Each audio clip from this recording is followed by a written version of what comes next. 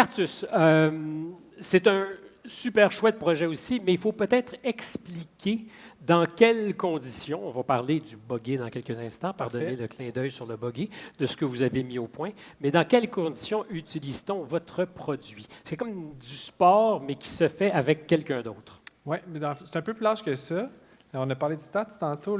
Selon l'OMS, il y a 15 de la population. L'Organisation mondiale de la santé? Exact. Merci. 15 de la population qui a une mobilité réduite quelconque.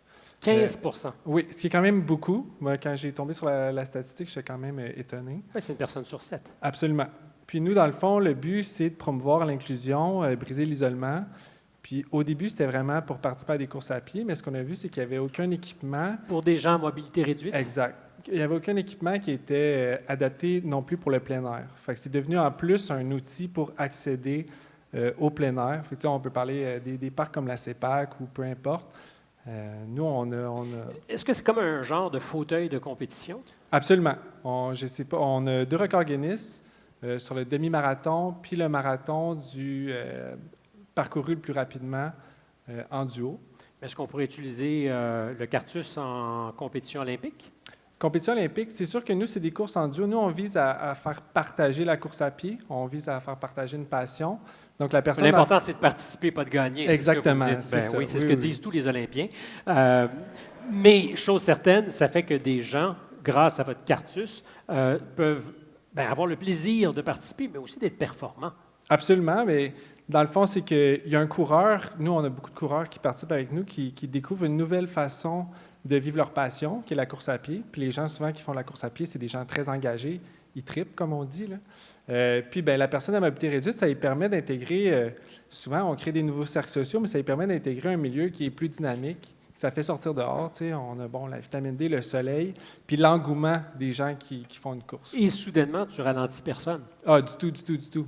Le fauteuil, c'est étonnant. Autant des gens qui ont poussé des baby joggers sont étonnés à quel point pousser une personne de 150, 200, 250 livres, c'est facile. Parce que c'est ça qu'il faut faire aussi, c'est qu'il faut pousser la personne qui est dedans. Oui, absolument. Ça devient un sport redoutable, là. Quand même, on court et on pousse. Comme en fait, j'allais dire des mamans, parce que j'ai surtout vu des mamans près de chez moi à la montagne qui font leur jogging avec des petits qu'elles poussent, sauf que là, ce n'est pas un petit qu'on pousse, c'est un adulte qui a des problèmes de mobilité. Exactement. Combien de Cartus ont été jusqu'à maintenant mis au point?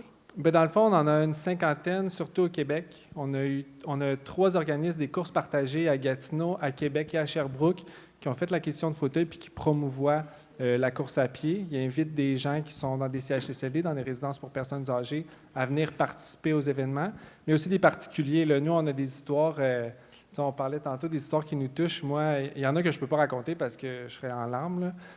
C'est autant des couples qu'une personne du couple a été atteinte d'une maladie quelconque puis qui a perdu sa mobilité. Autant des enfants avec des parents. On a toutes sortes d'histoires. Et soudainement, on peut ensemble pratiquer une activité. C'est une activité qui est stimulante, qui est engageante. On a, par exemple, la FQ Maman, qui est à Saint-Jean-sur-Richelieu, qui développe un quartier sécurisé pour les personnes atteintes d'Alzheimer.